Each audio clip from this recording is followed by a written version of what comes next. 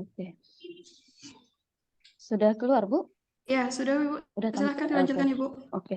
Baiklah. Bismillahirrahmanirrahim. Assalamualaikum warahmatullahi wabarakatuh. Ya, selamat pagi Ananda semua. Ya, perkenalkan saya Dewi Oktavia ya. Panggilan biasa sehari-hari Ibu Dewi. Nah, hari ini Ananda semua belajar mata kuliah EMIKA ya, EMIKA 1. Sekarang karena kalian Ananda semua semester 1 ya, jadi Ananda mendapatkan mata kuliah EMIKA 1. Apa sih mata kuliah EMIKA 1? EMIKA 1 kepanjangannya adalah Manajemen Informasi Kesehatan 1. Nah, untuk mata kuliah EMIKA termasuk mata kuliah wajib ya yang harus Ananda pahami. Jadi karena di kompetensi rekam medis itu ya mahasiswa harus paham 3 kelompok besar mata kuliah yang mana kita di aplikasi IRIS akan memberikan mata kuliah tersebut setiap semester. Apa saja mata kuliahnya? Yang pertama adalah mata kuliah EMIKA ini. EMIKA 1 untuk semester 1, 2 untuk semester 2 dan seterusnya sampai semester 5. Nah, yang kedua adalah kompetensi yang Ananda perlu dapatkan adalah mata kuliah KK, yaitu klasifikasi klinis, yaitu melakukan pengujian diagnosis maupun prosedur dengan menggunakan ICD-10 maupun menggunakan ICD-9 CM. Nah, yang ketiga, kompetensi yang harus Ananda punya adalah mata kuliah komputer. Ya, mata kuliah komputer kita juga di aplikasi IRIS juga diberikan mata kuliah komputer ini dari semester 1 sampai tamat. Nah, untuk kali ini kita akan belajar mata kuliah MIKA 1 ya sebelum kita memulai perkuliahan ya alangkah baiknya kita perkenalan terlebih dahulu ya.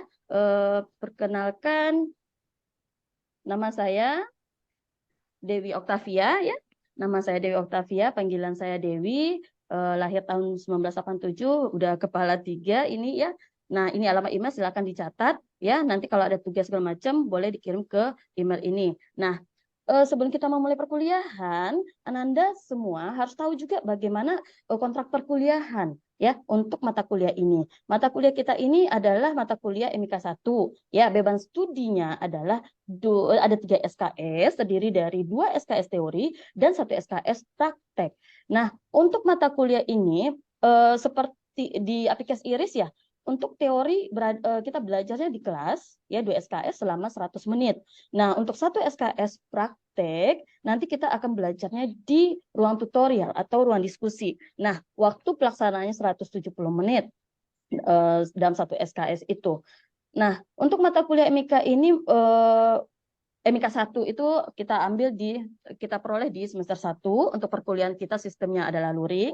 Metode pembelajaran yang ada yang kita pakai adalah sistem SCL ya, dengan metode pemecahan masalah atau case method ya.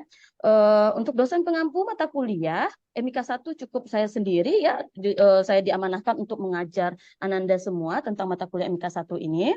Ya, terus untuk sebelum masuk ke materi, saya juga akan menjelaskan bagaimana tata tertib perkuliahan di aplikasi RIS supaya Ananda tahu bagaimana tata tertib. Nah, tata tertib ini juga bisa Ananda ketahui sudah terpampang di dinding kelas ya, sudah bisa Ananda baca dan untuk semua mata kuliah ini sama ya, perlakuannya sama ya.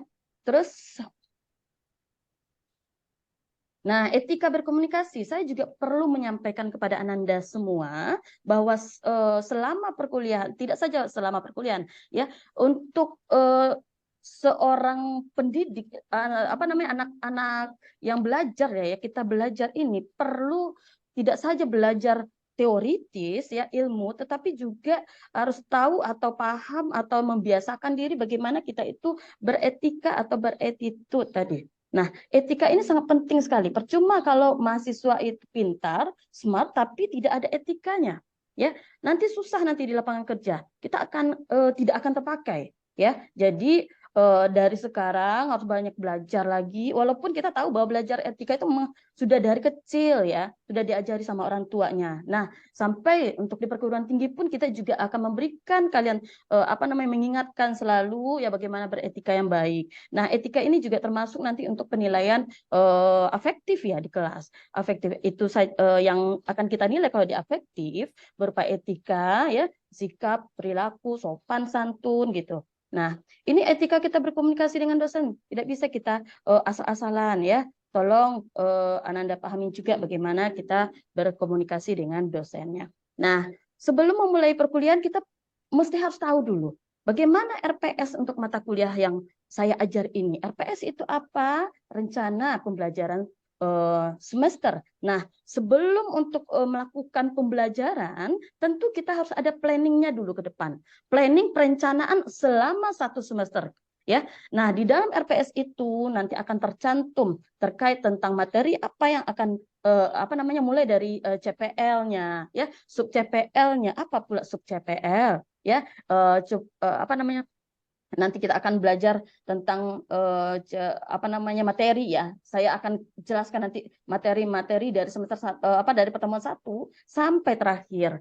Nah, itu tadi bagaimana apa namanya referensinya apa saja yang akan diberikan ya yang perlu anak-anak baca terus bagaimana pula nanti sistem untuk tugasnya ya baik itu tugas individu maupun tugas kelompok. Nah, di RPS ini nanti saya kirim ya melalui WA grup kita ya untuk RPS lengkapnya. Oke. Nah, untuk deskripsi mata kuliah, intinya mata kuliah MIK itu adalah mata kuliah yang akan kita pelajari itu mengenai manajemen informasi kesehatan. Nah, manajemen informasi kesehatan itu memang perlu kita pelajari ya untuk pelayanan reka medis nantinya. Makanya MIK ini dikasih selama 5 semester.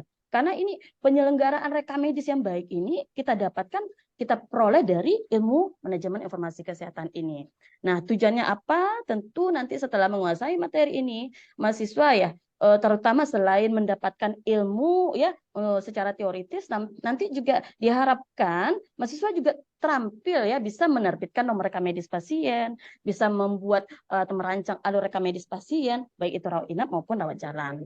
Nah, kita lihat berikutnya. Ini adalah sub ya kompetensi dari sub CPMK capaian pembelajaran mata kuliah untuk pertemuan pertama. Kita lihat di sini mahasiswa harus mampu menjelaskan pengantar tentang manajemen informasi kesehatan. Terkait tentang apa saja? Yang pertama, tentang tanggung jawab MIK itu. Apa saja tanggung jawabnya? Yang kedua, pengertian rekam medis. Ananda harus tahu dulu bagaimana itu rekam medis. Terus apa nilai guna rekam medis? Apa manfaat rekam medis? Dan bagaimana keterkaitan antara MIK ini dengan rekam medis? Nah, sebelum kita masuk ke materi, saya akan memberikan pretest terlebih dahulu ya untuk Ananda. Saya mau melihat mengukur nanti seberapa besar nanti pemahaman materi yang saya sudah berikan kepada Ananda. Silakan Ananda siap-siap. Saya akan kirimkan link Kahoot-nya ya. Silakan nanti tinggal klik Kahoot-nya. Oke, soalnya ada 10, waktu saya kasih 10 menit dari sekarang. Saya kirim sekarang linknya. Oke, dah. Nah, dari kawan ini sudah keluar ya hasilnya, otomatis ya keluar hasilnya. Nah, siapa pemenang pertama? Selamat ya, David. Nah, David nih nilai yang tertinggi ya. Jadi nanti untuk pretestnya David, nanti kita lihat lagi nanti post-testnya siapa ya nilai tertingginya. Nah, untuk memasuki inti materi kita, ya baiknya kita tonton dulu video YouTube di bawah ini. Ya, saya kirim linknya ya untuk YouTube kita permasalahan dari kasus yang akan kita kupas hari ini. Ya, silakan lihat lagi grupnya. Saya sudah kirimkan linknya. Silakan buka ya. Oke. Nah, silakan dibaca. Silakan dilihat ya dengan seksama. Nah, silakan Ananda diskusikan setelah Ananda menonton video tadi, silakan Ananda diskusikan bersama dengan tim kelompoknya yang sudah kita bagi-bagi nih kelompoknya ya. Satu kelompok itu terdiri dari 5 orang ya. Silakan Ananda duduk berhadap-hadapan ya supaya diskusinya lebih intens ya, saling berdekatan. Yang mana pertanyaannya ini ya, saya akan memberikan formulir untuk petunjuk dari ketentuan tugasnya. Intinya ini ya pertanyaan-pertanyaannya harus Ananda jawab ya. Yang pertama jelaskan tentang permasalahan apa yang terjadi. Nah, setelah Ananda nonton video ya kasus tadi, silakan nanti Anda sampaikan permasalahan apa yang terjadi. Yang kedua adalah apa itu rekam medis, ya. Yang ketiga seberapa penting rekam medis tersebut dan apa manfaat rekam medis tersebut, ya, dari kasus tadi. Nah, saya kasih waktu. Oke, waktu sudah habis. Sekarang silakan ya. Sekarang waktu untuk penyampaian hasil dari diskusi kelompoknya. Saya minta pada kelompok satu, ya, kepada kelompok satu. Siapa nih ketuanya? Iya. Oh, Budi. Kepada Budi dipersilakan ya untuk menyampaikan hasil diskusi kelompoknya. Silakan Ananda paparkan bersama.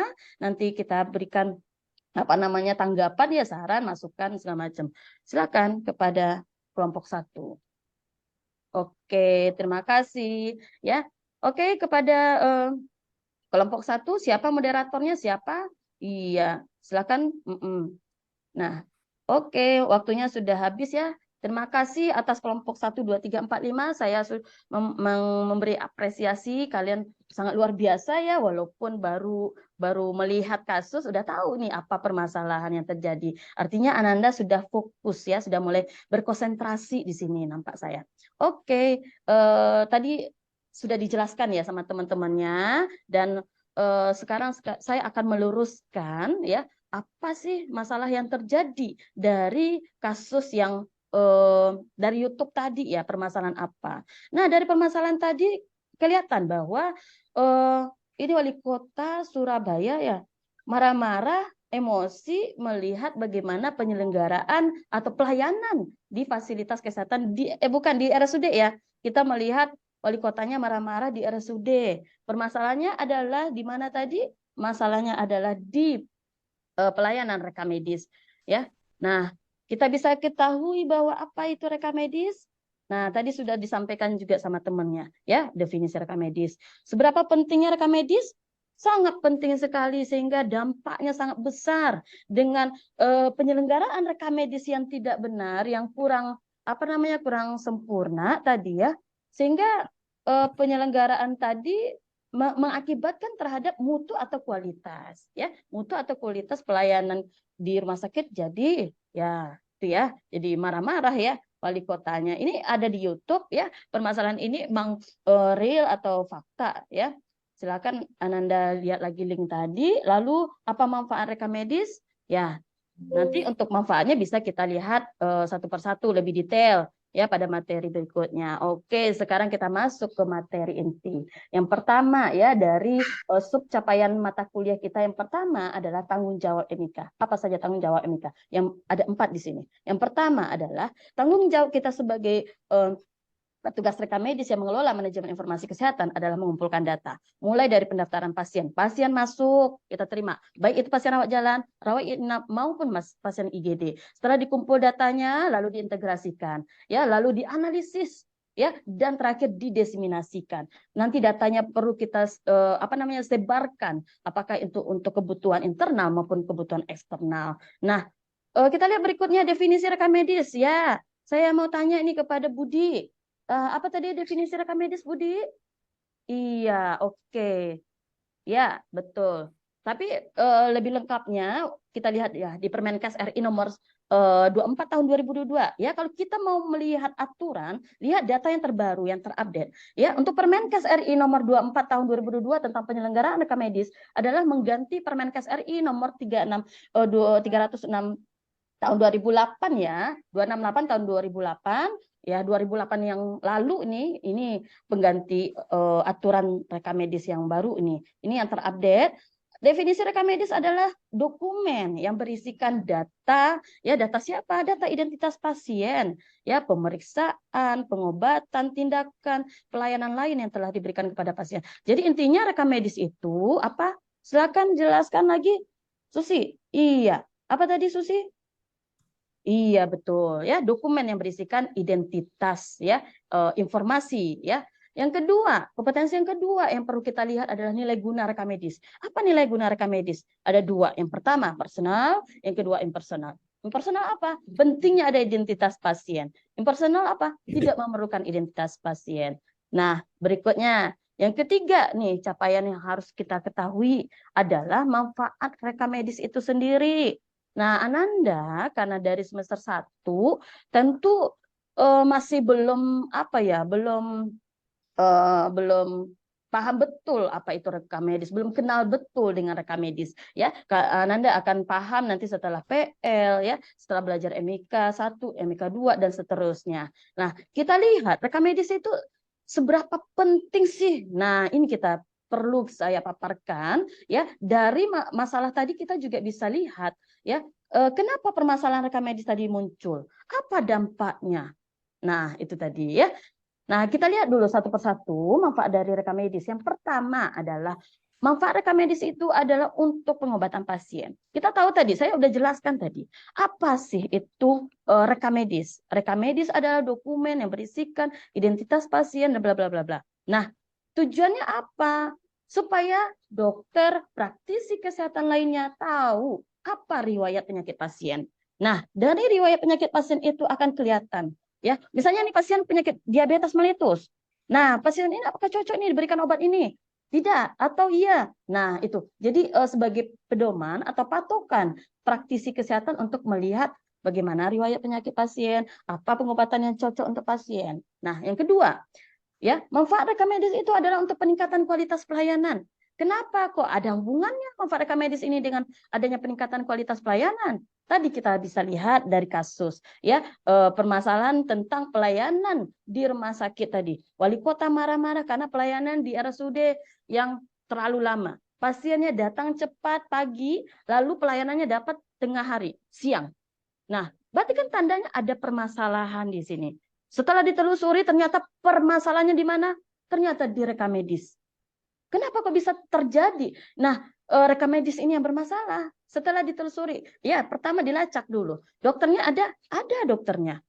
Terus pasiennya ada.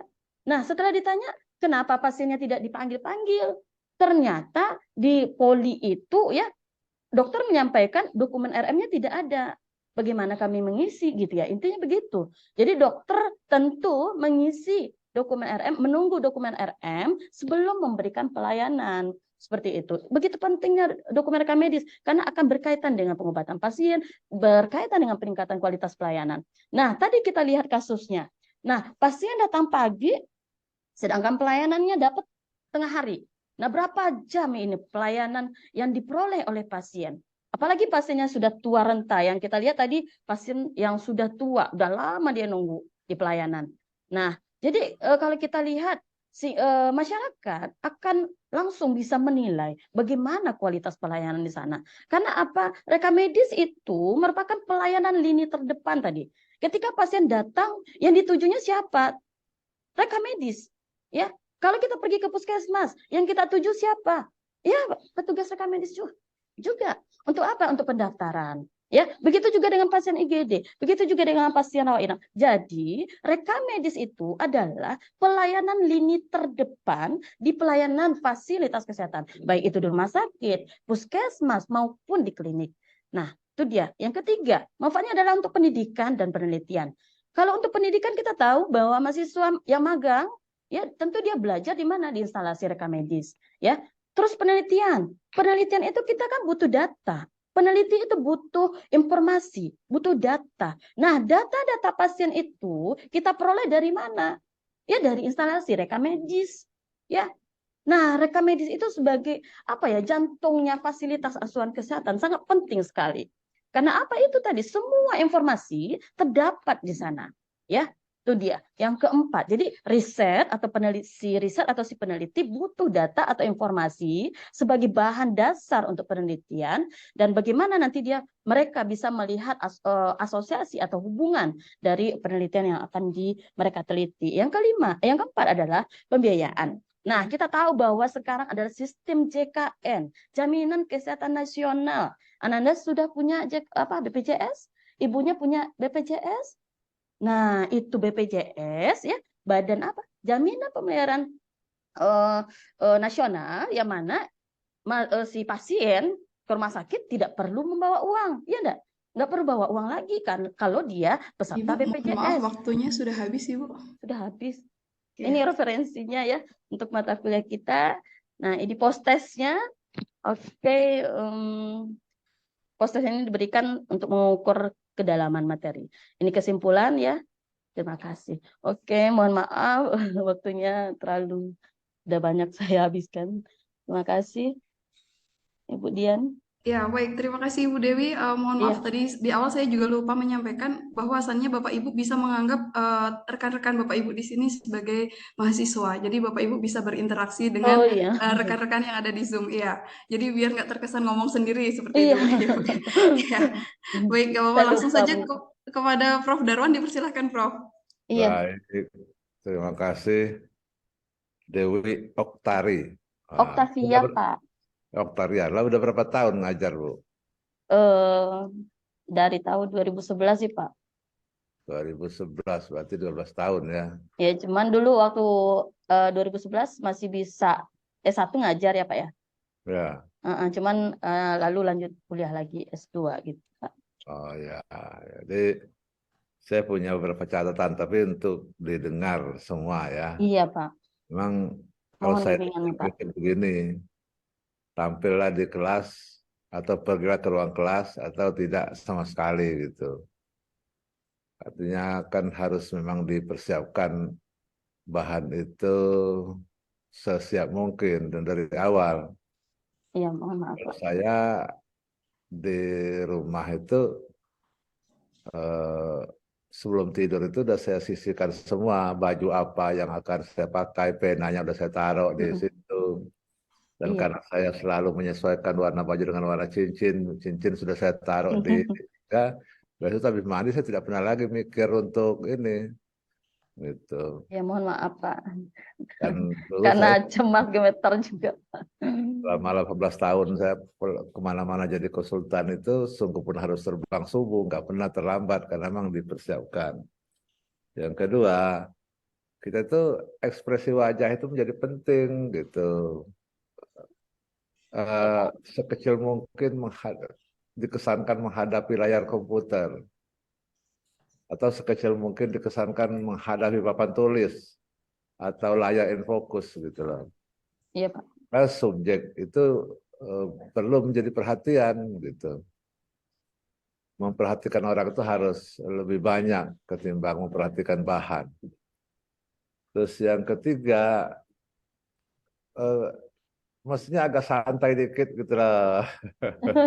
Karena mengingat waktu tadi, Pak. Iya, ekspresi wajahnya harus jelas. Santai ya, Pak. Jangan ada kesan terburu-buru karena eh, pendidikan itu kan ada Iya. interaksi fisik, interaksi psikologis, interaksi mimik, interaksi pantomimik segala macam itu ya, gitu dalam istilah ini. Lalu kalau saya boleh menilai, ibu itu terlalu banyak mengeluarkan kata nah, kata ya gitu. Oh iya, Pak. Jadi kalau untuk keseringan nanti mahasiswa itu menghitung, Dihitung pula ya kamu dua menghitung kali nah. berapa kali ibu bilang kata nah dan berapa Betul kali itu, ibu Pak. kata iya, karena itu akan Iya. mengganggu. Iya, iya. Ya, Terima kasih, Pak. lo kejelasan substansi itu mestinya agak gemuk itu, ya. Tadi ibu terlalu panjang di bagian pengantar sehingga menyampaikan isi itu malah malah kedodoran. Tapi nggak apa-apa, ini kan latihan biasa, gitu. Iya, Dan Pak. kalau memang satu sesi kuliah itu dirasa terlalu banyak materi yang akan disampaikan, itu dipilah saja. Yang penting ya, Pak. Atau sebagian diberi dalam bentuk tugas. Karena itu maka perlu Mhm. kejelasan mana materi yang primer, mana materi yang sekunder kalau memang banyak Oh, spesimen. Gitu. gila. Saya kira seperti itu komentar saya. Selebihnya saya pikir oke. Ya, Terima kasih makasih. banyak, Prof. Gatung. Silakan dilanjut lagi, Mbak. Mbak siapa namanya pemandu ini? Dian, Pak. Ah iya, karena Boleh namanya ditutup lagi, nampak. Bu Dian?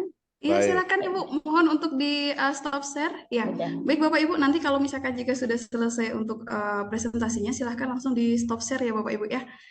Ya, baik Bapak Ibu, kita lanjutkan lagi untuk yang kedua, yaitu Dr. Andes Untung Subianto MMCHE dari Sekolah Tinggi Pariwisata Ambarukmo Yogyakarta. Ya, Pak Untung dari Jogja, silahkan Pak Untung. Sudah dipersiapkan untuk filenya? Baik, Bu. Terima kasih, Bu.